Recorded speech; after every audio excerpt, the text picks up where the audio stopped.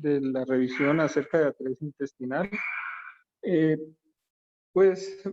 presentaremos la parte correspondiente al manejo quirúrgico de la atresia intestinal, con una revisión de tema bastante completa acerca de este tópico. Nos complace mucho la asistencia, que es bastante variada el día de hoy, a esta charla. Intentaremos grabarlas para subirlas a un canal en YouTube que estamos tratando de realizar con el paso del tiempo y poder hacer un banco de charlas que puedan ser consultadas en cualquier momento. Entonces, sin más preámbulo, le doy paso a las expositoras, a la doctora Sharia Costa y a la doctora María Lucía Porras, que son residentes de nuestro programa de cirugía pediátrica. Buenas noches para todos. Muchas gracias por la asistencia. Vamos a tomar la segunda parte de atresia yeyunoileal, haciendo énfasis en el tratamiento. Quienes exponemos somos Sharia Costa Suárez, mi compañera de residencia, y María Lucía Porras, quien les está hablando. Vamos a empezar la presentación de esta parte de la charla con un caso clínico que tuvimos recientemente. Se trata de un paciente que ingresó a la institución con diagnóstico prenatal de obstrucción intestinal, con imágenes que sugerían una atresia versus una membrana duodenal. Compartiéndoles un poco los hallazgos ecográficos prenatales que describen en la ecografía, hablan de una distensión de asas intestinales hasta 16 milímetros con material de ecogenicidad intermedia en su interior, adicionalmente con un HILA de 26 correspondiente a polidrámenos. Entonces, siguiendo con lo que hemos tratado de hacer para que fuera más didáctica la charla, queremos hacerles una primera pregunta. Esta es la primera encuesta que les vamos a hacer. Con base a estos hallazgos ecográficos prenatales, ¿a qué nivel se encuentra el segmento atrésico? Esto con base también a la charla que tuvimos hace 8 días sobre los hallazgos prenatales, especialmente ecográficos, que tenemos de estos pacientes.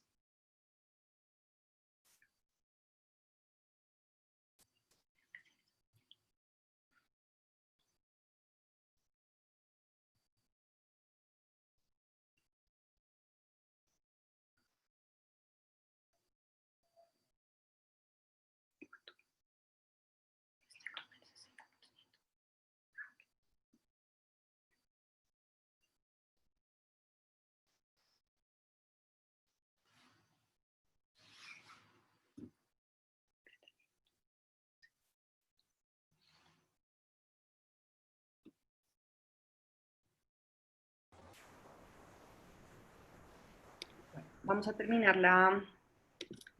la encuesta y se los mostramos. La gran mayoría de ustedes respondió que yeyuno proximal, recordando un poco lo que hablábamos en la charla pasada.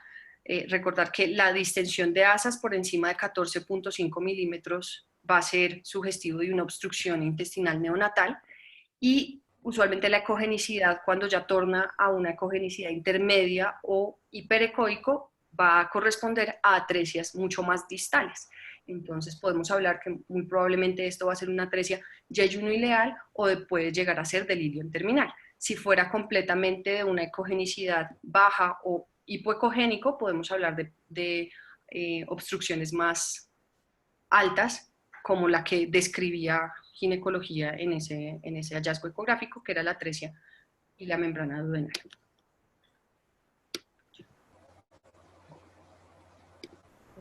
Siguiendo con el caso clínico, el paciente nace el 12 de junio del presente año, es un recién nacido pretérmino de 36 semanas, que nace por parto vaginal, producto de primera gestación de una madre de 27 años. El peso a nacer era 2.631 gramos, que era adecuado para la edad gestacional, y tuvo un APGAR de 899. El paciente, al momento de examinarlo, tenía unos signos vitales descritos, y al examen físico, un abdomen blando, distendido, sin signos de irritación peritoneal, no presentaba defensa a la palpación, no había facies del dolor al momento de la palpación y tenía un ónfalo trivascular adecuadamente clampeado en proceso de cicatrización con ruidos intestinales completamente ausentes. Los laboratorios del primer día de vida son los siguientes, con unos electrolitos en términos generales normales, una PCR negativa. Lo único positivo es que tenía leucocitosis y neutrofilia, una hemoglobina en 14 y plaquetas en 212. Al paciente a las 12 horas de vida le realizan la siguiente radiografía, es la que vemos al lado derecho, al lado izquierdo de la pantalla, perdón. Vamos a ver una gran distensión intestinal con ausencia de gas distal. Ante la duda por los hallazgos que decía prenatal, que era duodenal, con los hallazgos clínicos y radiológicos del paciente, se le hizo un control radiográfico a las 24 horas con la imagen que vemos a la derecha de la pantalla, que persiste con la gran distensión de asas intestinales o de asa intestinal y la ausencia de gas distal. Siguiendo con nuestras encuestas, queremos preguntarles que con base a estos hallazgos prenatales, al examen físico y los paraclínicos descritos, ¿cuál sería su plan a seguir? ¿Cirugía, colon por enema, control radiográfico o ecografía?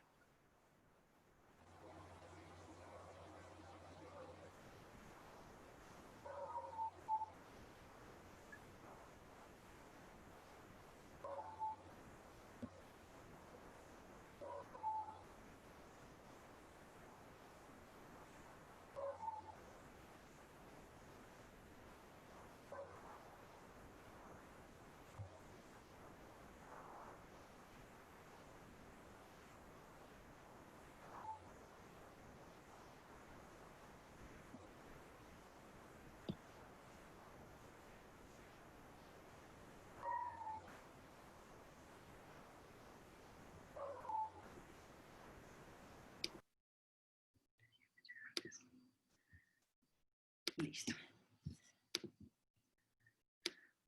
Podemos ver que la gran mayoría de ustedes votaron por llevar al paciente a la intervención quirúrgica.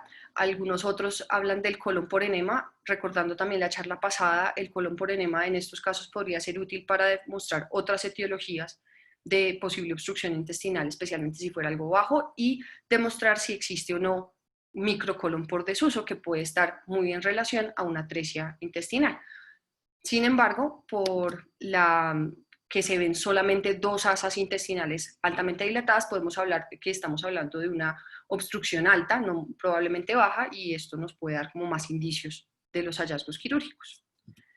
El paciente posteriormente es llevado el día 15 de junio a cirugía con los siguientes hallazgos, encontrando una atresia intestinal a 25 centímetros del ángulo de Treitz que compromete el yeyulio e ilion hasta 35 centímetros de la válvula iliocecal, con una diferencia de calibres del asa proximal al asa distal de 5 a 1. La atresia se describe finalmente como una atresia tipo 3B, tipo apopio, con un intestino grueso permeable. Completando esta última parte de las preguntas que les queremos hacer, está la siguiente pregunta. Con base a estos hallazgos quirúrgicos, ¿cuál sería su plan a seguir?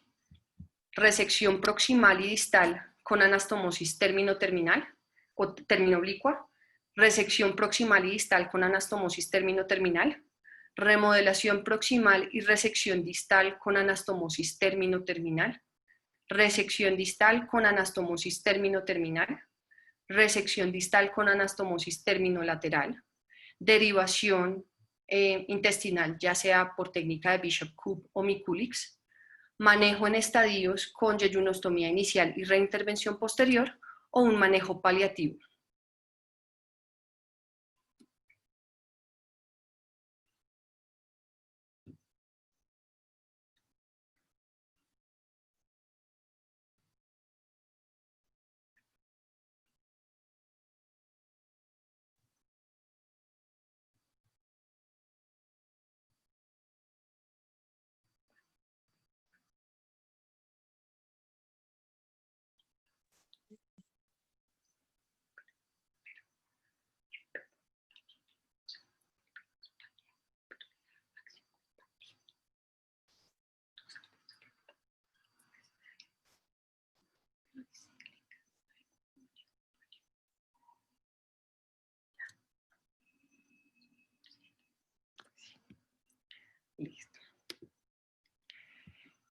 Queremos compartir con ustedes los resultados, sin embargo, el punto de esta pregunta es discutirla al final, cuando ya hayamos hecho la revisión, con base a si siguen con su mismo pensamiento de acción quirúrgica o si alguno de ustedes de pronto cambia la intervención que le realizaría.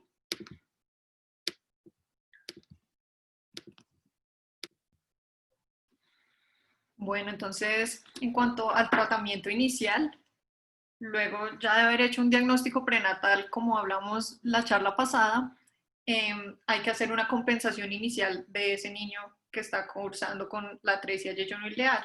Entonces, primero, importante en la preparación prequirúrgica, hacer un control de la hipotermia, de la hipoxia y de la hipoglicemia, que son los factores que más se han relacionado con un desenlace quirúrgico negativo. Siempre hacer una descompresión con una sonda orogástrica y pues cuando ya se hayan compensado tanto estas situaciones como los trastornos electrolíticos, el paciente esté apto para llevar un procedimiento quirúrgico, llevarlo a la sala de cirugía. En ese momento es importante determinar qué tipo de atresia presenta el paciente y según esta determinar pues qué procedimiento se le va a realizar según el tipo de atresia y las posibilidades terapéuticas que hay en ese momento. En cuanto al manejo postquirúrgico, todo paciente debe ir debe estar con un cubrimiento antibiótico de amplio espectro, continuar con la descompresión gástrica y pues hacerle seguimiento al cuánto tiempo se le puede disminuir la nutrición parenteral para iniciar una nutrición enteral completa. Hay que tener en cuenta unos puntos clave para que no haya fallas en la anastomosis. Entonces, primero hay que saber dos leyes de la física que se aplican al funcionamiento normal del intestino como un tubo, que nos van a explicar la presencia o no de una falla anastomótica. Entonces, la primera es la ley de Laplace, que nos habla que la presión es inversamente proporcional al radio. Entonces, el aumento del diámetro del segmento proximal va a conllevar a una disminución en la presión intraluminal y eso va a constituir un riesgo para que haya fugas y fallas anastomóticas. Asimismo, el principio de Bernoulli, que nos habla del comportamiento de un fluido en un sistema no compresible, nos hace referencia a que la presión hidrostática que se encuentra adicional al nivel de la anastomosis hace que ese punto pueda conllevar a una disfunción o una fuga anastomótica. Teniendo en cuenta el principio de Bernoulli, es que se postulan las diferentes angulaciones para las anastomosis, tratando que no quede la mayor compresión sobre la anastomosis, lo cual nos predispondría a fugas. Hay que tener 3 puntos claves para que haya un adecuado éxito al momento de realizar la anastomosis. Entonces, el primer objetivo va a ser superar la discrepancia de tamaño entre los dos segmentos, evitar que al hacer la resección intestinal el paciente termine con un intestino corto y pues según el sitio y el tipo de atresia definir cuál va a ser la conducta quirúrgica más adecuada. También se debe tener en cuenta la preservación de la válvula ileocecal. Se debe evaluar todo el intestino para descartar que hayan otros segmentos atrésicos que no se hayan visto inicialmente, evaluar siempre la permeabilidad del intestino y tratar que la longitud sea mayor a 75 centímetros luego del procedimiento quirúrgico. En cuanto a los tipos de abordaje, para la atresia simple se pueden realizar anastomosis primarias, ya sea terminoterminales, terminolaterales, terminooblicuas o enteroplastias proximales. En cuanto a la anastomosis terminoterminal, se puede hacer plicatura o remodelación del segmento para tratar que los calibres se equiparen y sea más fácil realizar la anastomosis. Hay un estudio del 2020 que se publicó en el Clinical Surgery, donde reportan un caso exitoso de una paciente, una neonata con una atresia yeyuno-ileal, le hicieron una anastomosis terminoterminal sin hacer remodelación de ninguno de los dos segmentos sin presentar pues complicaciones. Sin embargo, en general se recomienda que tanto la anastomosis terminal como la lateral o la oblicua se haga una aplicatura o una remodelación del segmento que está dilatado. En cuanto a la anteroplastia proximal, se recomienda que se haga cuando hay diferencias mayores de 5:1. Y en los pacientes con atresia simple, que estén inestables o que tengan una comorbilidad severa, se podría realizar una enterostomía para llevar pues, a un manejo quirúrgico definitivo en un segundo tiempo. En esta imagen podemos ver cómo, a pesar de la diferencia de calibre entre los dos segmentos, se logra hacer la anastomosis gracias a que se hace una aplicatura, una remodelación de ese segmento proximal que está distendido. En la imagen de abajo podemos ver que el paciente tiene una atresia tipo apple peel y se le hace una aplicatura a ese segmento intestinal. Sin embargo, ese tipo de atresia lo vamos a hablar un poco más adelante. Este es un estudio que se publicó en el Updates in Surgery del año pasado. Es un estudio prospectivo. Durante 7 años se tomaron 34 neonatos con atresia yeyuno ileal. Se excluyeron aquellos pacientes que tuvieran una discrepancia de tamaño menor que permitiera hacer una anastomosis primaria, que tuvieran un defecto de pared asociada, que presentaran el cuadro con perforación, isquemia o peritonitis o que estuvieran obstruidos por otra causa. Entonces, ellos lo que hicieron lo que querían era evaluar la eficiencia o la efectividad de la anastomosis termino oblicua. Ellos describen, hacen una incisión supraumbilical transversa, miden el intestino, inyectan solución salina para identificar que todo el intestino esté permeable, hacen una resección de 5 a 25 centímetros del intestino proximal y del intestino distal hacen una resección de 3 a 15 centímetros. Hacen la anastomosis termino oblicua, lo que hacen es una incisión perpendicular en el segmento proximal y oblicua en el segmento lateral, en el segmento distal, tratando de obtener una medida entre 100 y 130 grados, lo cual les permitiría pues, cumplir tanto con la ley de Laplace como con la ley de Bernoulli y así asegurar que no existiera una falla anastomótica. Ellos no le hacen refuerzo a las suturas, simplemente hacen puntos separados con Vicryl 5 ceros en un solo plano. Y para la parte del mesenterio también hacen solo una anastomosis simple, sin hacerle reforzamiento. Dicen que el mayor problema de esta técnica es la parte de la irrigación por parte del mesenterio al hacer la angulación, pero en sus resultados muestran una baja tasa de complicaciones y como podemos ver en la gráfica, los únicos factores de riesgo que se asocian a una falla anastomótica o una complicación posoperatoria van a ser la prematurez, el bajo peso al nacer y que tengan una anomalía asociada.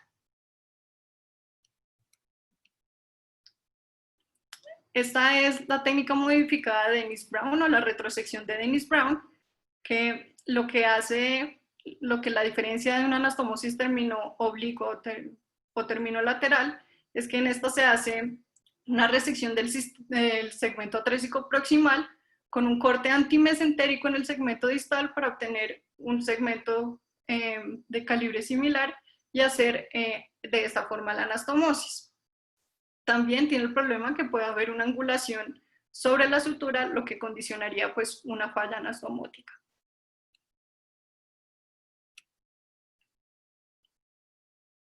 Este es un estudio retrospectivo de cohortes, se realizó entre 2009 y 2015, se publicó en el Journal of Pediatric Surgery y lo que ellos querían comparar era las diferencias que se encontraban entre una anastomosis primaria versus una anastomosis secundaria en una atresia intestinal simple.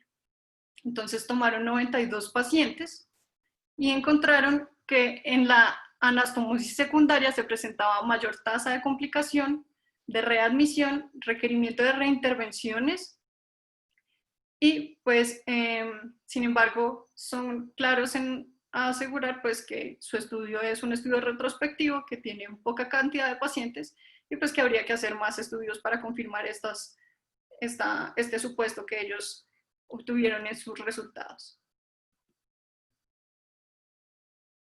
Este es un estudio que se publicó en 2016. Es una serie de casos en pacientes con atresia yeyuno-ileal. Son 16 pacientes a los que les realizaron una anastomosis terminal sin plicaturas o resecciones. Como podemos ver en la gráfica, lo que ellos querían era demostrar que aunque existiera una diferencia de calibre importante entre los dos segmentos, se podía hacer una anastomosis primaria sin necesidad de hacerle remodelación o una resección intestinal. En esta tabla ellos muestran la asociación o la relación con las diferentes técnicas, la de Patil, que es la técnica terminal, y la de Hassan, que es la termino-oblicua, y la de ellos. Entonces muestran que tienen menos días de duración del ilio. En los 3 se presentó una mortalidad y en la de ellos un paciente presentó sepsis que lo llevó a la muerte. Sin embargo, pues este es un estudio pequeño y la mayoría de estudios descritos son reportes de casos o series de casos. Habría que hacer un estudio aleatorizado que nos pudiera determinar específicamente cuál sería la mejor técnica para llevar a estos pacientes con atresia simple. Siguiendo con la atresia intestinal compleja, recordar que una atresia intestinal complicada o compleja es aquella que va a tener mayor riesgo al momento del procedimiento quirúrgico. Se define como tal, hay varias formas o tipos que ya están especificados como atresias intestinales complejas, dentro de las cuales incluimos la tipo 3A, que vaya a tener un cambio de calibre mayor a 4:1 con respecto a su porción proximal versus la distal, aquellas atresias intestinales que son tipo 3B, Apple Pill o tipo 4, que como sabemos son atresias múltiples, aquellas otras que van a estar asociadas a otros tipos de complicaciones inherentes a la dilatación o al estado clínico como tal del paciente, como la peritonitis meconial, la malrotación intestinal, el volvulus asociado a la malrotación intestinal y aquellos que por la dilatación van a presentar una alteración en la irrigación, principalmente del segmento proximal y su posterior perforación. Esto nos va a condicionar que el paciente va a tener una mayor morbilidad. Usualmente estos casos están asociados a mayor necesidad y mayor tiempo de nutrición parenteral, y como ya sabemos, esto también condiciona otras complicaciones inherentes a la nutrición parenteral, mayor requerimiento de reintervención a corto, mediano y largo plazo y mayor mortalidad en general.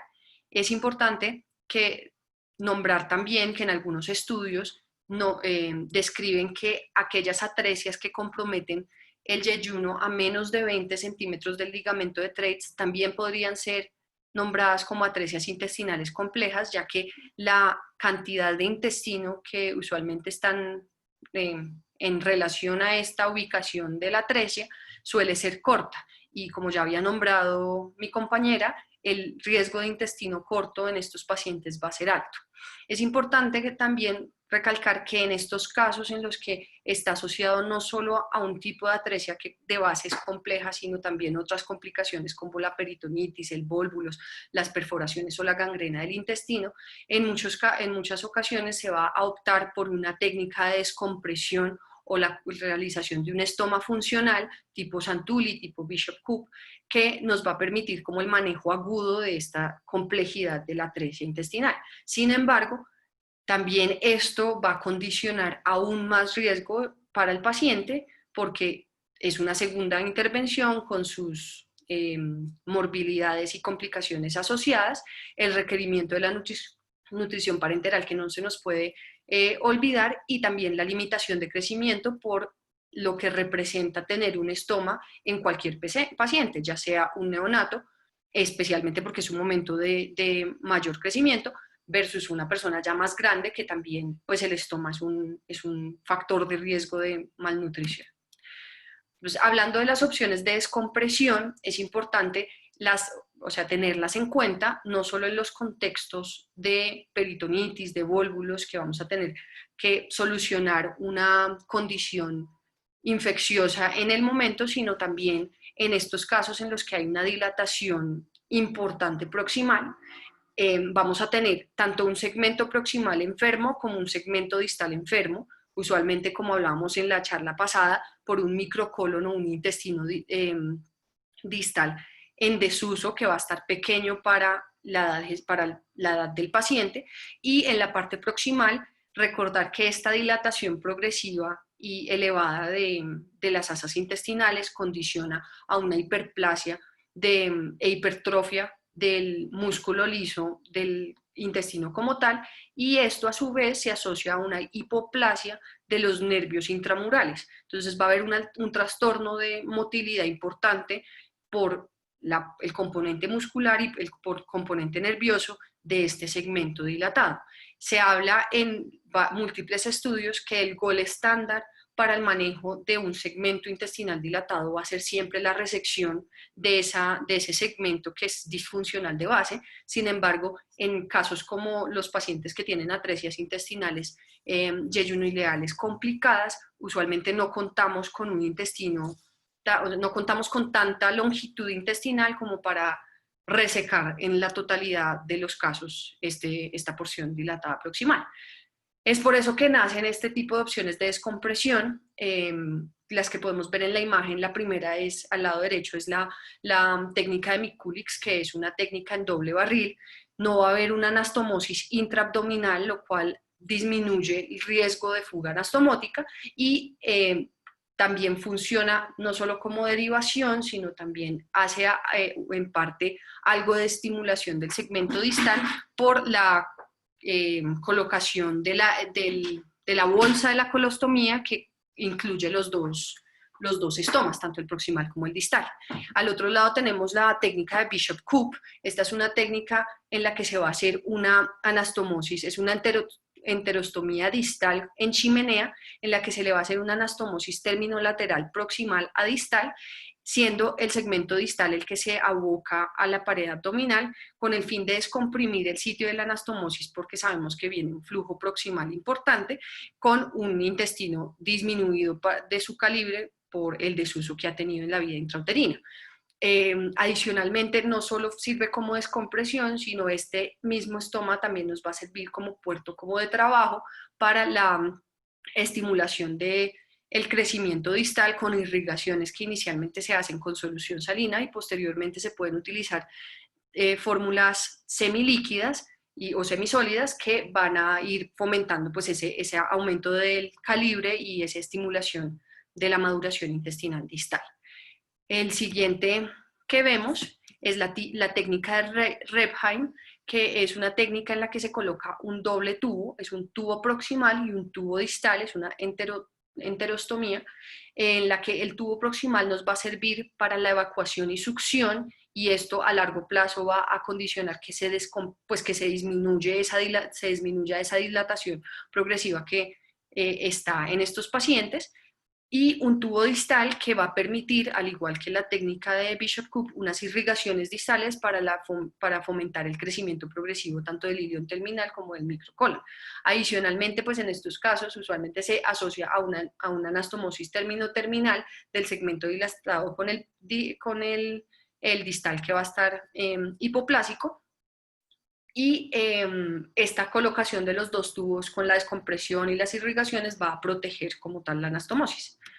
La siguiente técnica está la Bishop-Koop modificada, en la que no se va a hacer una anastomosis lateral, sino que se hace una oblicua lateral.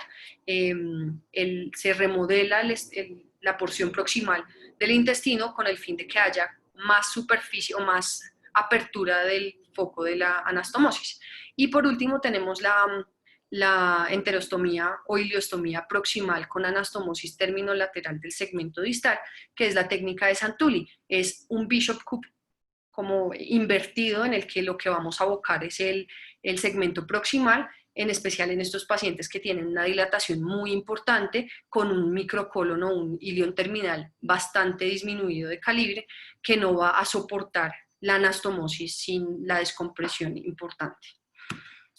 Este es un estudio que fue publicado en el 2018 en el Journal of Pediatric Surgery, en el que se hace la evaluación de la utilidad de la técnica o el procedimiento de Bishop-Koop en las atresias yeyunoileales severas. Es un estudio retrospectivo que se hizo entre los años 2011 y 2015 en el Guangzhou Women and Children's Medical Center, en el que se evaluaron 42 pacientes, evaluando sus desenlaces a corto y mediano plazo. Estos pacientes en general tuvieron una mortalidad de 7.32%, es decir, que de los 42 pacientes, 3 tuvieron mortalidad y la totalidad de los casos se cerraron antes, el estoma se cerró antes de los 6 meses. Es importante, pues, como dentro de las características clínicas vemos que los pacientes, la localización de su atresia iba a ser principalmente a nivel de ilion, no tanto a nivel de yeyuno, y también está acompañado de múltiples, o sea, de atresias tipo 1, tipo 2 y tipo 3A, que en ocasiones pueden ser tipos de atresias sencillas, sin embargo, por la distensión y el cambio de calibre, eran calificadas como atresias yeyunoileales severas o complicadas. Adicionalmente, también hubo pacientes que tenían una peritonitis meconial, como podemos ver, era el 60% de los casos, y la totalidad de los pacientes se cerraron más o menos en un promedio de 182 días, menos de los 6 meses. Dentro de algunos datos que cabe recalcar era que los pacientes tuvieron una duración hospitalaria en general más o menos de 24 días, con un inicio de nutrición, con un uso de nutrición parenteral exclusiva 13 días en promedio, y el inicio o completaban nutrición enteral a los 11 días posterior a la realización del procedimiento. Posterior a este análisis hicieron un análisis univariado para definir qué condiciones del paciente se relacionaban con mayor riesgo de complicación o alteraciones, en las cuales la única que tenía una significancia estadística eran aquellos pacientes que eran pretérmino, como lo podemos ver en la imagen, y adicionalmente hicieron una medición del estado nutricional del paciente cuando cursaba con su estoma y al momento de hacer el cierre del estoma. Como podemos ver, midieron en una parte solo el peso como indicativo, pero también para definir el estado nutricional midieron la albúmina del paciente. Al momento del nacimiento, como podemos ver, estos pacientes pues tenían un promedio normal de su peso para la edad. Sin embargo, al momento de la enterostomía esto o se mantenía igual a como estaba o bajaba, pero al momento, como vemos en la columna negra, al momento de que se le dio alta de cirugía pediátrica, que ya habían realizado el cierre del estoma, hay un aumento y una mejoría significativa de su peso con respecto a la talla, con respecto a la edad. Posteriormente hicieron también la evaluación de la albúmina. Estos pacientes, cuando estaban utilizando la enterostomía, suelen tener una albúmina elevada en suplencia a ese estado nutricional defectuoso que iban a tener. Sin embargo, al momento del cierre de la enterostomía, vemos que se normaliza nuevamente esa albúmina en los pacientes. En cuanto a las conclusiones de este estudio, describen que el procedimiento de Bishop-Koop es útil para el manejo de estos casos de atresia intestinal severa, permite una nutrición enteral temprana, ya que se va a poder utilizar el intestino porque hay una válvula de escape en caso dado de requerimiento de preservación de la anastomosis. La mortalidad en general es similar a la que hay en otros estudios que la describen entre un 6 a un 9%. Las complicaciones más frecuentes fueron aquellas relacionadas con la nutrición parenteral prolongada, como fue la colestasis sin evidencia de falla hepática posterior, y la producción elevada de líquido por el estoma. Adicionalmente, es como recalcando lo que les había nombrado anteriormente, estos pacientes tenían un peso inicialmente bajo, pero tras el cierre de la enterostomía suelen recuperar el peso para la edad que requieren, y el cierre, la totalidad de los cierres de enterostomía fue realizado sin complicaciones. El único factor o indicador de riesgo para mayor mortalidad y complicaciones era la prematurez. Este otro estudio que les traigo fue publicado en la revista de gastroenterología en el 2019, en el que buscan comparar 3 tipos de técnicas quirúrgicas en los pacientes que tienen atresia yeyunoileal severa. Esto fue realizado en el mismo hospital que el estudio pasado. Esto fue entre el 2007 y el 2016, y buscaban comparar entre la anastomosis primaria, la ileostomía en doble boca tipo Miculix o tipo doble barril tipo Miculix, y el procedimiento de Bishop-Koop. Recordando un poco para que sepan, la anastomosis primaria, los doble barril en que no hay ninguna anastomosis intraabdominal, y el Bishop-Koop, que es una anastomosis de proximal a distal con la enterostomía distal.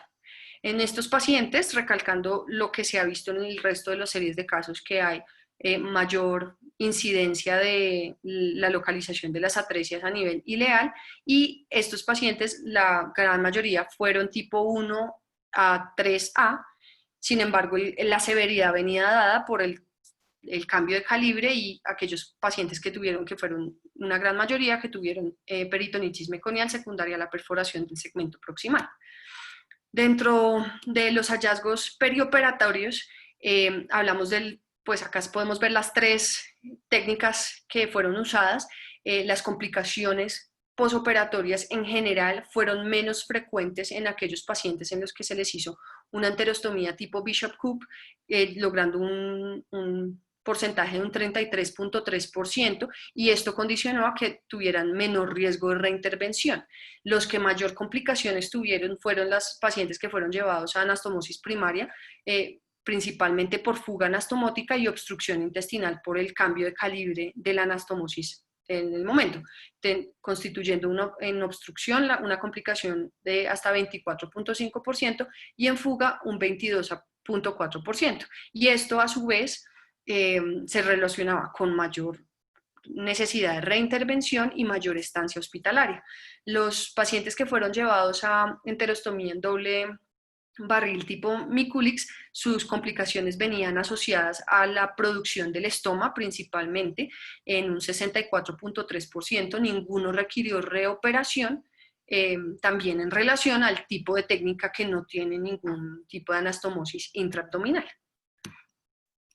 Esto es para demostrarles cómo la reoperación pues, fue lo único que no tuvo una significancia estadística entre los pacientes que fueron llevados a la enterostomía tipo Miculix, y las complicaciones más altas pues, fueron las pacientes que fueron llevados a anastomosis primaria.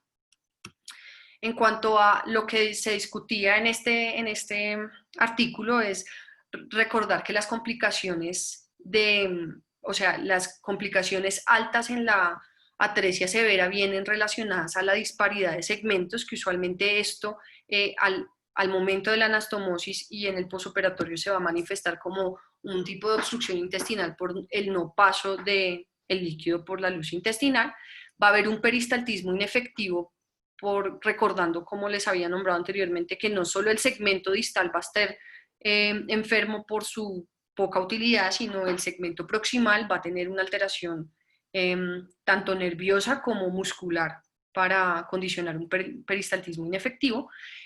Los pacientes que tenían lesiones múltiples, es decir, los pacientes con atresia tipo 4, van a tener mayor riesgo porque son más anastomosis y más riesgo de fuga anastomótica cuando hay más de una, y los pacientes que tenían una complicación infecciosa asociada, como la peritonitis.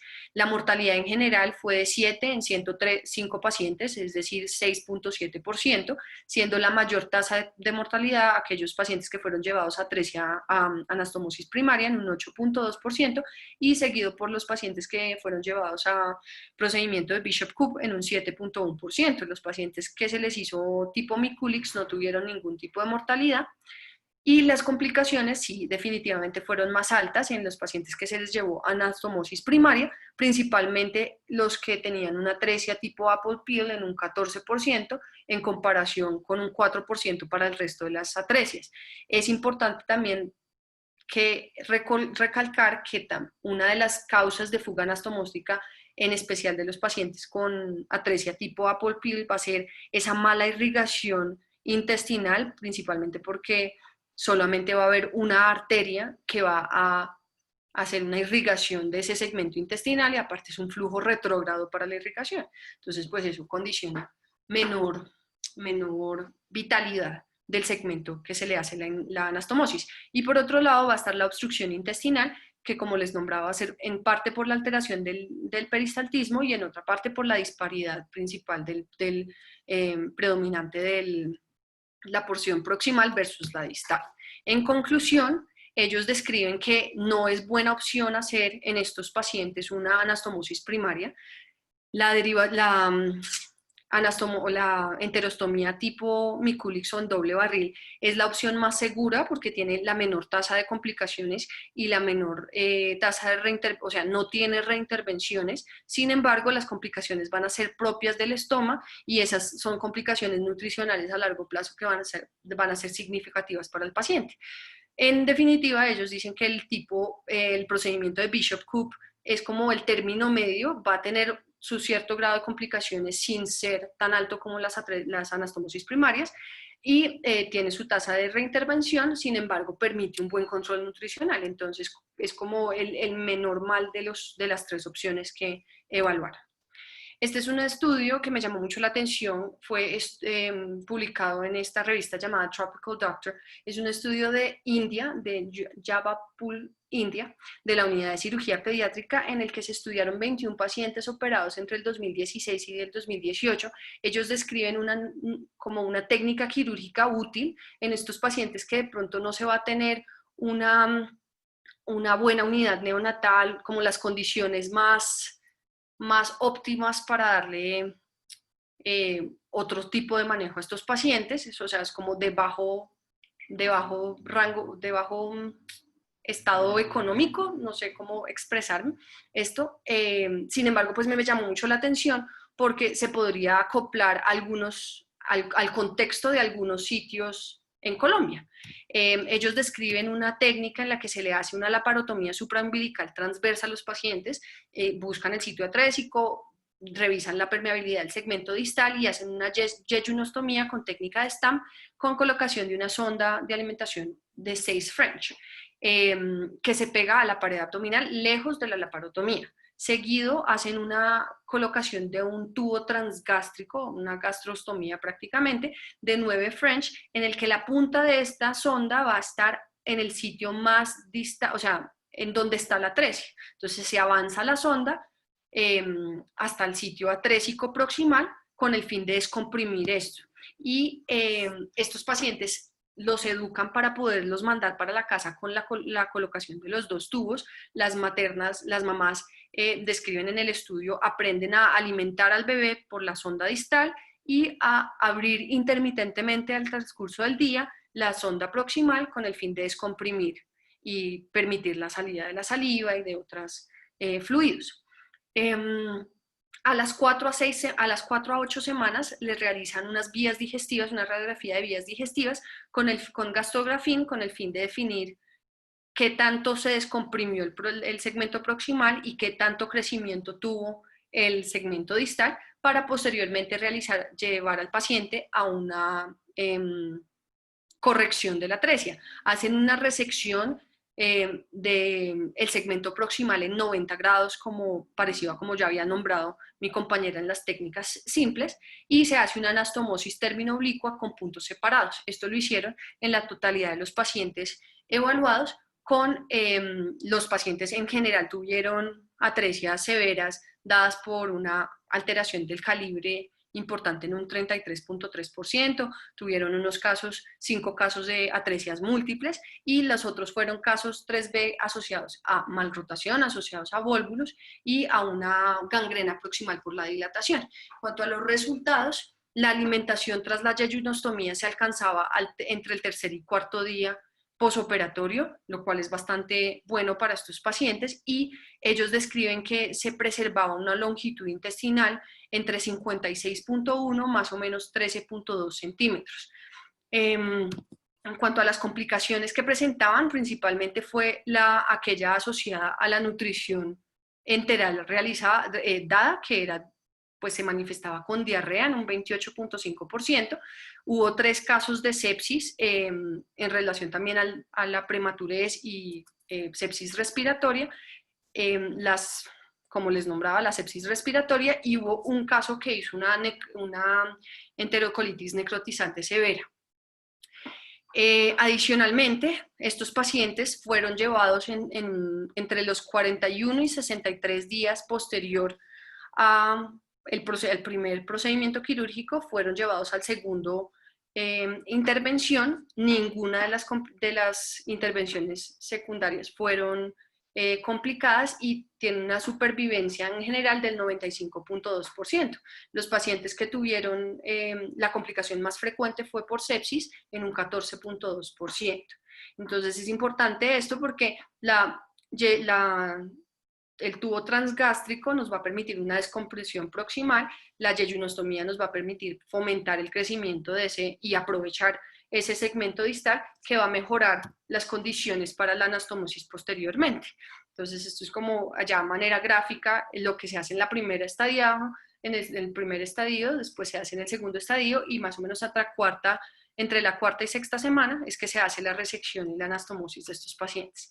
En cuanto a los resultados, ellos comparan su tasa de mortalidad, de morbilidad y mortalidad en comparación a otros estudios que son los que están descritos acá, en los que se hace resección y anastomosis primaria, algunos otros en los que se hace una enterostomía tipo Bishop-Kuppo-Santulli, y este procedimiento que sería una anastomosis en estadios, que tenía una morbilidad menor a la descrita en otros estudios, muy similar, pero la mortalidad sí era significativamente más baja, siendo hasta pues en promedio 5%. Es decir, ellos en conclusión dicen que este tubo transgástrico pues va a permitir esa descompresión proximal, menor dismotilidad al momento de la anastomosis, o sea, es más funcional esa porción proximal. La anastomosis posterior va a ser más segura, va a haber menor riesgo de fuga y la cirugía es mejor tolerada porque el paciente va a estar en un estado nutricional más óptimo. Bueno, en cuanto a otras técnicas descritas para estos pacientes que tienen estos casos severos, especialmente aquellos que son por una disparidad de los calibres proximal a distal, tenemos la remodelación o el tapering con o sin plicatura. Esto lo que explica es que se tubuliza una parte del intestino. Estas son técnicas utilizadas también para los síndromes de intestino corto, ya sea en adultos y en niños. Se tubuliza para lograr un calibre similar entre la porción proximal y la porción distal, que va a mejorar esa anastomosis primaria que se realiza entre los dos segmentos. Lo importante de las dos técnicas, sea con o sin plicatura, la sin plicatura va a hacer una resección de un segmento y por ende se pierde algo de mucosa en estos pacientes, y el tipo con plicatura, como podemos ver en la porción más baja de la imagen, lo que busca es preservar toda la superficie funcional de la mucosa intestinal, pero disminuyendo a su vez el calibre.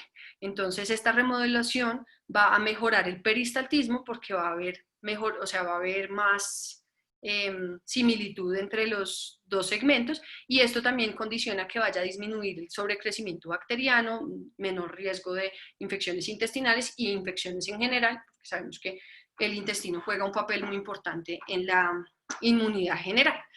Hay un estudio en el que hacen un estudio entre el 2007 y el 2017 en el que se hace la resección con anastomosis versus la remodelación del segmento proximal. Como les decía anteriormente, un segmento dilatado es un segmento enfermo y el gold standard es la resección de dicho segmento. Sin embargo, hay momentos en los que no se puede. Ellos describían que se puede utilizar un tubo de toracostomía entre 22 y 24 French como molde para hacer la resección y que quede un tamaño óptimo para estos pacientes. Tomaron un grupo de 47 pacientes en los que únicamente 8 se le hizo la remodelación y los otros 39 fueron realizados con resección y anastomosis. En estos pacientes, tanto los que se les hizo la remodelación, 3 requirieron reintervención por dismotilidad y pues haciendo como la asociación al número de pacientes evaluados fue el 37.5%, que sabemos que es elevado para lo que se estudió, y solamente requirieron reintervención por dismotilidad en 5 pacientes de los 39 en los que se les hizo resección y anastomosis. Entonces, esto es importante porque la dismotilidad va a condicionar mayor tiempo de hospitalización, mayor hilio y mayor requerimiento de nutrición parenteral y mayor tiempo para lograr una nutrición enteral completa. Entonces muchas veces se van a ver sus complicaciones, es por esto, por esta dismotilidad que mientras se vuelve a adaptar el intestino, que lo que se lograría con una resección anastomosis. Sin embargo, es importante tener esta técnica presente porque pues es una técnica de salvamento en estos casos, especialmente en los pacientes que tienen atresias intestinales severas, que pueden no tener una longitud suficiente para que nos permita pues maniobrar mucho. Entrando un poquitico, profundizando un poco en el tratamiento de la atresia tipo Apple-Peel, recordar que este tipo de atresia es una de las más severas, o si no es la más severa, porque no solo es un defecto mesentérico tan importante en el que va a haber una única arteria para lograr la irrigación de todo un segmento. Es por eso que hasta las complicaciones de esta misma modificación las vamos a ver intrauterinas cuando hacen vólvulos importantes y no solo pues hacen una necrosis inmediata del intestino remanente. Entonces estos pacientes suelen asociarse a grandes resecciones intestinales, suelen tener intestino corto neonatal y hay en general una menor área de absorción intestinal. Esto ocurre más o menos en un 7 al 10% de la población, siendo mayor su incidencia en mujeres que en hombres, y está asociado en la mitad de los casos a malrotación intestinal, a diferencia del resto de las atresias que se asocian a malrotación en un 10 a un 20%. Entonces, dentro de las opciones que vamos a tener para el tratamiento de la atresia tipo Apple-Peel, encontramos este artículo, es un artículo que fue publicado en el Journal of Pediatric Surgery en el 2013, es un caso clínico en el que describen una enteroplastia proximal para los pacientes que tienen Apple-Peel, porque, como les nombraba anteriormente, usualmente ese segmento distal no es funcional, no siempre está vital, y cuando está vital no es fácil el cierre del defecto mesentérico y el riesgo de vólvulo posterior y necrosis intestinal es muy alto, entonces suelen necesitar resecciones intestinales amplias. Este tipo de enteroplastia es una técnica como modificada o adaptada de la técnica de J. Cates, que describió esta técnica para la atresia esofágica en los pacientes que tenían pues una discrepancia entre el segmento proximal y el distal importante, sin como mucha disponibilidad de tejido funcional y bien irrigado. En lo que consiste es hacer un colgajo rotacional del borde antemesentérico del segmento dilatado y que se corta más o menos a un tercio, queda a un tercio de la longitud del segmento dilatado y la mitad del corte transversal de dicho segmento. Queda en una forma de embudo y ya se logra la resección, la anastomosis término-terminal entre el segmento distal y el segmento proximal. Lo importante de este tipo de colgajo es que nos va a permitir como elongar de cierta manera la porción proximal, no se va a perder ningún tipo de área absortiva funcional y en los casos que requieren resecciones importantes podría servirlo. Este fue un único caso que se describió, como lo podemos ver en la imagen, pues hay esa discrepancia importante aparte de la necesidad de la resección, pero logran una tubulización adecuada con posterior cierre del mesenterio adecuado. Otros de los estudios que encontramos, este es un estudio que se publicó este año, fue realizado, es un estudio retrospectivo durante 9 años del manejo de la atresia tipo Apple-Peel en el Inconsi Albert Luthuli Central Hospital de Sudáfrica. En ellos, este se hizo entre enero del 2012 y diciembre del 2010 en 34 pacientes, entre los cuales que nombraban que se les hacía a la mitad se les hizo resección del segmento dilatado por isquemia, a 12 se les hizo una remodelación proximal y con pues esa remodelación que les había nombrado, 2 fueron llevados procedimiento con enterostomía tipo Bishop-Koop. Uno fue realizado con doble barril y 8 pacientes se les hizo cuidado paliativo porque había una ausencia de intestino residual viable.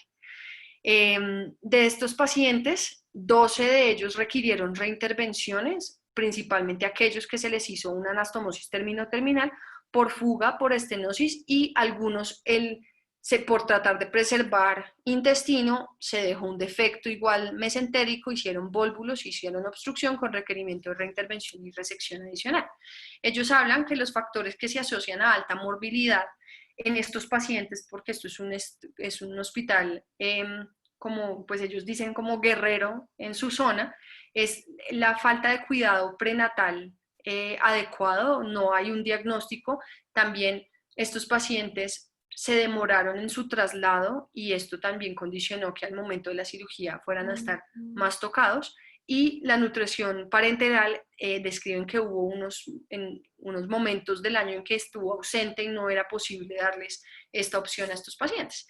Entonces, como podemos ver, pues estos factores iban como predisponen también a que tras de que la base de un paciente con atresia tipo Apple-Piel es pobre, porque no tenemos una longitud importante, porque son atresias severas y pueden estar asociadas a otras condiciones. También estos otros factores que son externos, que son también muy relacionables con nuestra condición en Colombia, pueden condicionar a un peor desenlace de estos pacientes. Y hablan que es por esto que la mortalidad de los pacientes en sitios que están ya desarrollados alcanza un 20% o un 71% dependiendo de la severidad, pero en los países en vía de desarrollo alcanza hasta un 90%. Esto pues es demostrándoles lo que les acabo de decir. La mitad de los pacientes de los 34 pacientes, 24 murieron, 28 fueron prematuros y venían de centros periféricos. Entonces es por eso que estos son los factores que más van a relacionarse con ese pobre desenlace. Importante recalcar o nombrar en este tipo de atresia que hay, o sea, al momento de hacer la intervención en un paciente con Apple-Piel, el riesgo de intestino corto, o partimos de un intestino corto o el riesgo de intestino corto es muy alto. Se habla que un intestino corto puede o sea, se determina con una longitud intestinal menor a 75 centímetros en los pacientes neonatales, entonces tenerlo presente al momento de hacer la intervención que requiera el paciente. Entonces, este es un estudio que se publicó en el 2014 en el que hablan de la enteroplastia transversa sediada primaria para el manejo de intestino corto neonatal. Estos pues no solo se veía en los pacientes que tenían atresias intestinales, también mostraban pacientes que tenían vólvulos del intestino medio y habían presentado necrosis intestinal previa, pero la gran mayoría de sus pacientes había sido secundario a una atresia intestinal. El objetivo de este tipo de enteroplastia es el alargamiento intestinal, disminuye la luz intestinal y busca tener como un mínimo riesgo de alteración en la irrigación. La indicación neonatal para este tipo de procedimientos van a ser las alteraciones o unas obstrucciones intestinales que vayan a tener una longitud limitada y un segmento proximal dilatado. En los pacientes que no tienen un segmento dilatado es muy difícil hacer este tipo de enteroplastias y muy probablemente podríamos generarle más daño que bien a estos pacientes. El objetivo va a ser restablecer de manera temprana la continuidad intestinal, preservar lo mayor que se pueda el segmento intestinal y hacer como un manejo temprano del síndrome de intestino corto. En este estudio, perdón, en este que les estaba nombrando, de los 15 pacientes a los que se les hizo este tipo de procedimiento, requirieron la remodelación, pasó de ser, o sea, la dilatación pasó de ser de 4.4 centímetros más o menos a 1.7 centímetros en la porción proximal y alcanzaban una longitud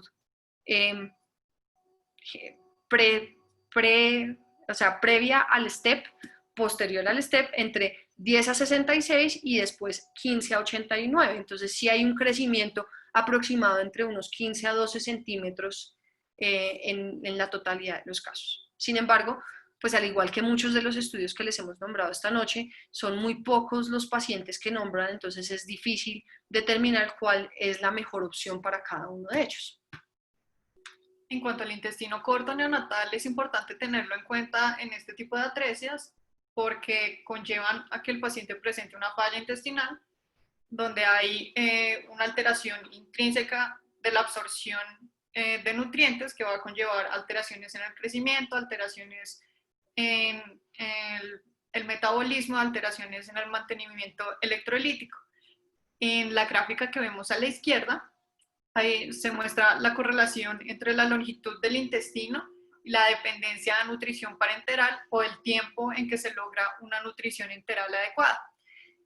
Si podemos ver en la línea negra curva que se traza, es la probabilidad del 50% de los pacientes en lograr una nutrición enteral completa se presenta más o menos con una longitud intestinal de 35 centímetros. Entonces, cuando se va a llevar a un paciente a una resección intestinal, hay que tener en cuenta el intestino remanente que se le va a dejar a esa paciente porque va a ser un factor pronóstico y pues va a condicionar a futuro cómo va a ser el crecimiento del paciente. Este es un estudio que se publicó este año en el Journal of Investigative Surgery. Como ya hablamos de la atresia, del manejo de la atresia simple, del manejo de la atresia complicada, queríamos buscar alguna bibliografía que nos relacionara la mejor evidencia entre la laparoscopia versus la cirugía abierta en el tratamiento de las atresias intestinales.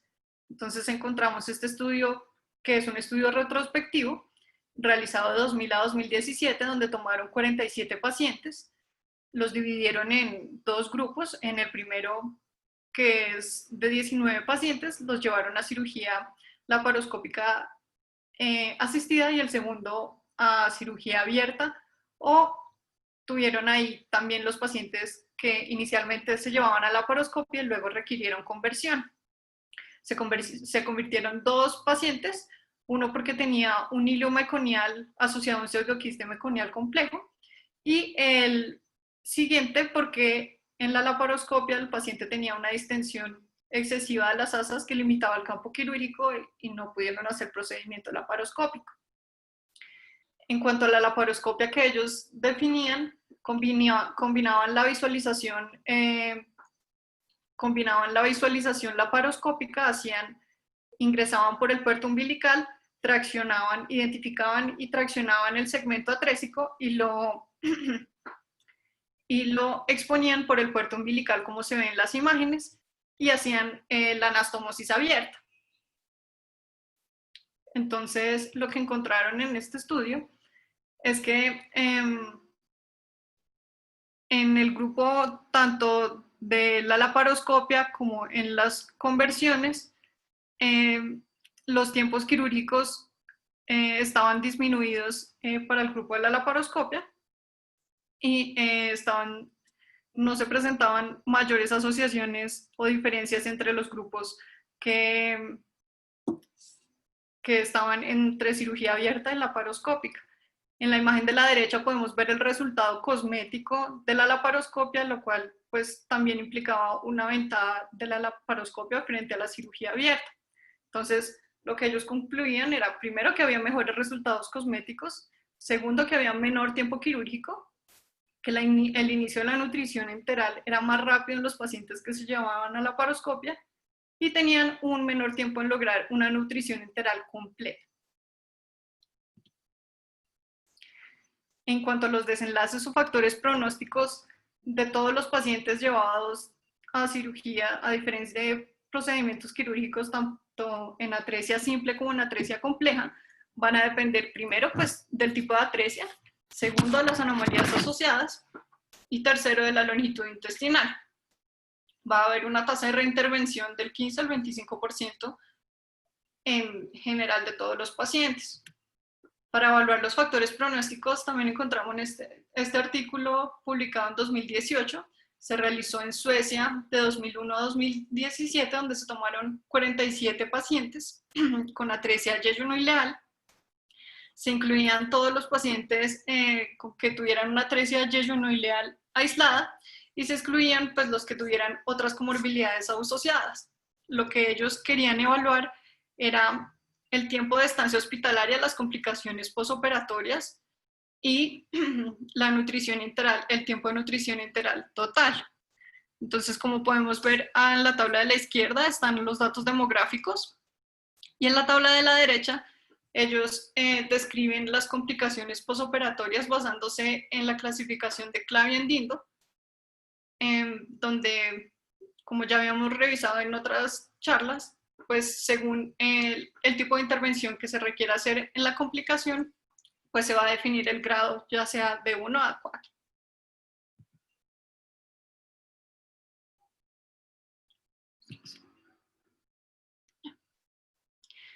Entonces, aquí lo que encontraron es que tanto la prematurez como el bajo peso se asociaban a un desenlace posoperatorio negativo. Y en la estancia hospitalaria también, tanto la prematurez como el bajo peso se asociaban a una estancia, a un desenlace peor. Como ya lo habíamos dicho, tanto en la atresia intestinal simple como en la compleja, ambos van a estar en relación con la prematurez y el bajo peso como factores pronósticos negativos para cualquier procedimiento que se vaya a hacer, cualquier tipo de anastomosis. Este es un estudio que se publicó en 2016 en el Journal of Neonatal Surgery. Lo que ellos querían ver era el tiempo de reoperación en pacientes que se llevaban a anastomosis primaria de las atresias yeyuno-ileales. Este es un estudio retrospectivo donde tomaron 49 pacientes. De esos pacientes hay que tener en cuenta que el 44% presentaban prematurez, el 32% bajo peso, y del tipo de atresia, el 30 eran yeyunales y 13 eran ileales. Tuvieron una tasa de reintervención del 23%. En cuanto al tipo de atresia, el 20% era tipo 1 y el tipo 3 era el más frecuente, que era el 44.2%. Presentaron solo una mortalidad asociada a reintervención por obstrucción funcional.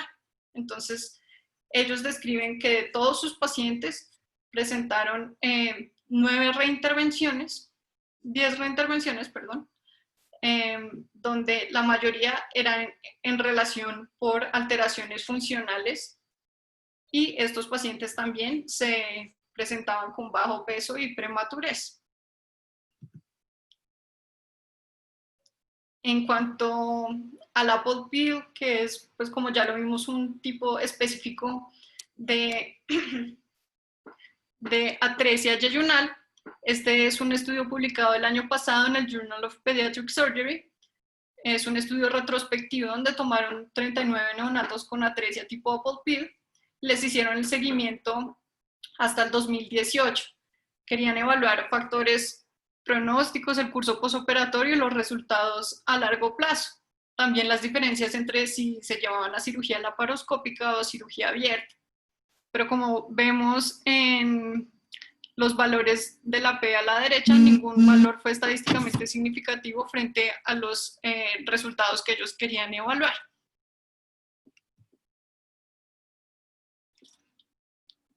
Y aquí, como vemos, como siempre en todos los artículos que hemos mostrado, el único valor estadístico se relaciona con el bajo peso, con la prematurez. Entonces, ya habiendo hablado tanto del tratamiento de la atresia simple, de la atresia compleja, el manejo laparoscópico y el abierto y los factores pronósticos, vamos a volver a nuestro caso clínico, donde vamos a volver a lanzar la pregunta que habíamos presentado antes. Entonces, con los hallazgos intraoperatorios de este paciente, ¿cuál sería su conducta quirúrgica? Realizaría una resección proximal y distal con anastomosis, una resección proximal y distal con anastomosis termino-terminal, una remodelación proximal con resección distal y anastomosis termino-terminal, una resección distal con anastomosis terminolateral, una derivación ya sea Bishop-Cook o Miculix, y un manejo en estadios con yeyonostomía inicial o reintervención posterior. O llevar al paciente a un manejo paliativo.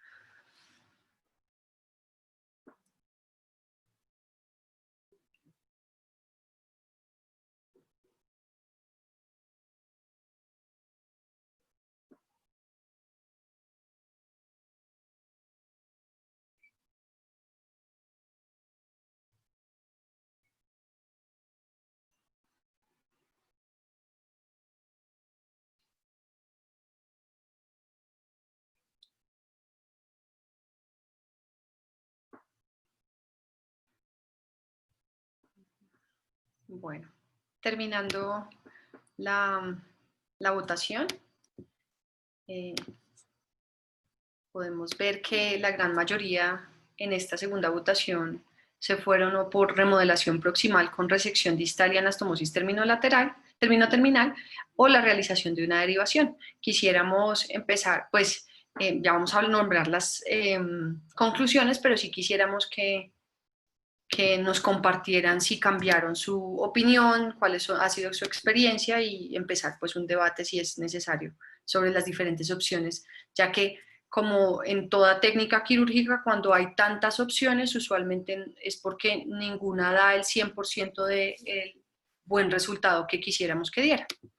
Entonces, a manera de conclusión, recordar que la anastomosis primaria debe tener como principio evitar la discrepancia de calibres y tener en cuenta las leyes que van a condicionar una falla anastomótica, como las que vimos inicialmente, y también el estado nutricional del paciente, la irrigación como tal del segmento afectado.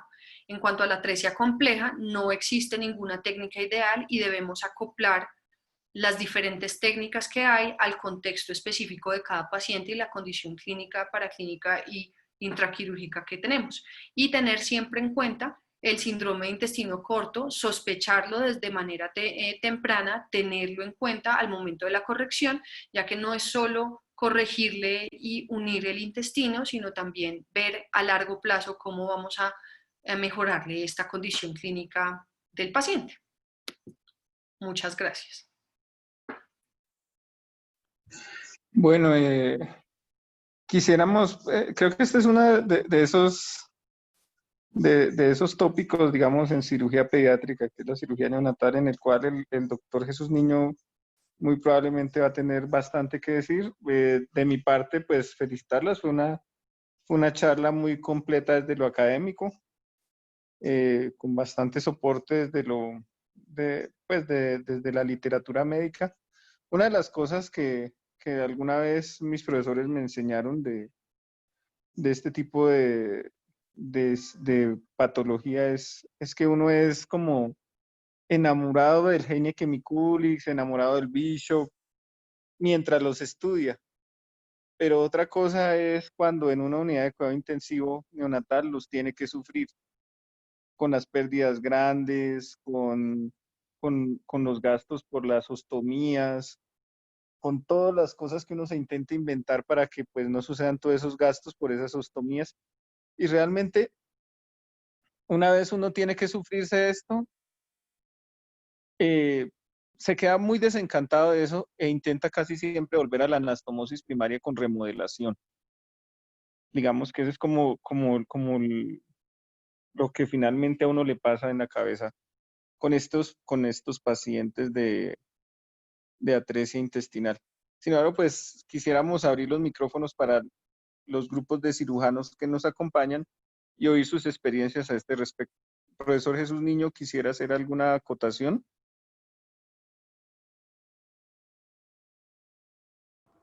Gracias, Andrés. Mi experiencia es la misma que la suya. Anastomosis de una primaria. Me gusta mucho lo que presentó la doctora del Dennis Brown, así es como la hago. Una sola capa de puntos y ahorita que hay PDS con PDS. Lo más importante de la anastomosis primaria es lograr una relación proximal distal de 3 a 1. Una relación 4 a 1, eso no le va a funcionar, 5 a 1 no. Eso no funciona, eso, como explicó la doctora, eso hay unas leyes que si uno las viola se va a fistulizar. Hay que hacer una remodelación próxima. Hice una imbricación y no lo vuelvo a hacer. Uno no sabe qué pasa con ese pedazo de intestino ahí metido entre el otro. Ahí invaginado, uno no sabe cómo se va.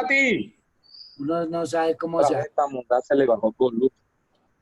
Uno no tiene ni idea qué va a pasar. Hice una y me tocó reoperarlo y cuando lo reoperé eso se había soltado. No lo vuelvo a hacer. Ni Miculis, ni Bicholkov, ni Santuli, ni Chimenea, no. Eso, bueno. Ahora, la atresia cáscara de manzana. Los gringos pelan las manzanas. Nosotros no las pelamos las manzanas. Nos las comemos con todo y cáscara. Entonces nosotros le llamamos cáscara de papa, que eso sí lo pelamos todos los días. ¿Cuál es el problema de esa anastomosis?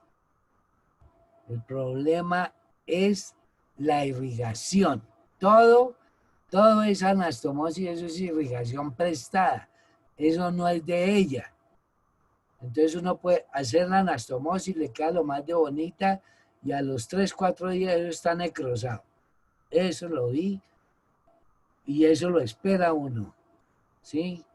Porque la irrigación no es por la mesentérica superior, sino por la ileocólica, en reversa, prestado. La segunda cosa es la realimentación de una cáscara de manzana. Un riesgo de enterocolitis tremendo. ¿Por qué? Otra vez la irrigación. Otra vez la irrigación. Y el tercer problema que tiene uno es que le quede con intestino corto. Porque normalmente hacia la parte delgadita de ese intestino, eso tiene una cantidad de atrezias ahí chiquiticas, cadena de salchichas y uno termina resecando harto intestino y se quedan sin intestino corto. Gracias, es lo que les quería contar. Muchísimas gracias, profe Chucho. Pues realmente, como dice usted, es lo que aprendimos. La mayoría de cirujanos los que nos formamos en la misericordia al respecto de atresia intestinal es eso, tratar de propender por una anastomosis primaria y no hacer ostomía. Quisiéramos oír a alguien más si quisiera hacer alguna acotación o algún aporte a la charla de los cirujanos que nos encontramos el día de hoy acá. Tienen los micrófonos abiertos para realizar los aportes.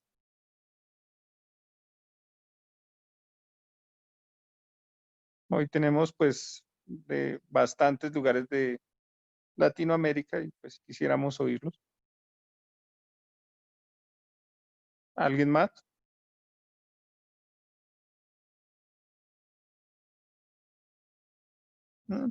Están hoy como algo tímidos para hablar del tema. Bueno, estas charlas pues vienen siendo un esfuerzo de nuestro grupo de residentes del Rosario y de la Fundación Universitaria de Ciencias de la Salud para realizar un manejo de la información en cirugía pediátrica y tener un espacio académico en estas contingencias que han sido complejas. Y de paso, pues, tener un momento de reunión en el cual se pueda discutir de forma democrática los temas que nosotros aquí presentamos. Agradecemos mucho este tipo de compañía que nos han dado todo este tiempo, agradecemos mucho su asistencia. Hay varias ideas que nos han rondado y espero pues si alguien quiere escribir en el chat o darnos otras ideas, pues sería para nosotros muy provechoso. Una de esas pues es, vamos a formar con estas charlas un banco de charlas en YouTube y pues les comunicaremos cómo se va a llamar pues el canal, por decirlo de alguna manera, o el banco de charlas, para que ustedes puedan recurrir a ella las veces que lo deseen. Y de esta manera pues no se pierda la información que aquí nosotros expresamos y pues eso nos ayudaría mucho. También quisiéramos invitarlos a, si en algún momento alguien quiere hacer alguna charla o se puede comunicar a nosotros, voy a dejar el correo electrónico en el chat para si alguien quisiera presentar un caso interesante o presentar una charla, con gusto podemos ayudarle. Y también, pues, esperamos seguir contando con el concurso de ustedes en estas charlas. La próxima charla la realizaremos el jueves a las 8 de la noche y es una revisión de la literatura actual acerca del hilio intestinal. El hilio intestinal, pues que siendo una condición frecuente a la que nos enfrentamos los cirujanos y que con mucha frecuencia hace que se aumenten los tiempos de estancia en el hospital y nos complica de cierta manera a los pacientes. A veces pues no tenemos un manejo como definido y más bien termina siendo de muchas maneras anecdótico. Entonces pues vamos a hacer una revisión basada en la literatura, un critical appraisal topic acerca del hilo intestinal. Les agradecemos mucho la asistencia y esperamos verlos en 8 días en nuestras charlas. Muchas gracias. Gracias, Andrea. Hasta mañana a todos. Que descansen. Hasta luego, profe. Hasta luego, gracias, muy amables. Hasta luego, muchas gracias.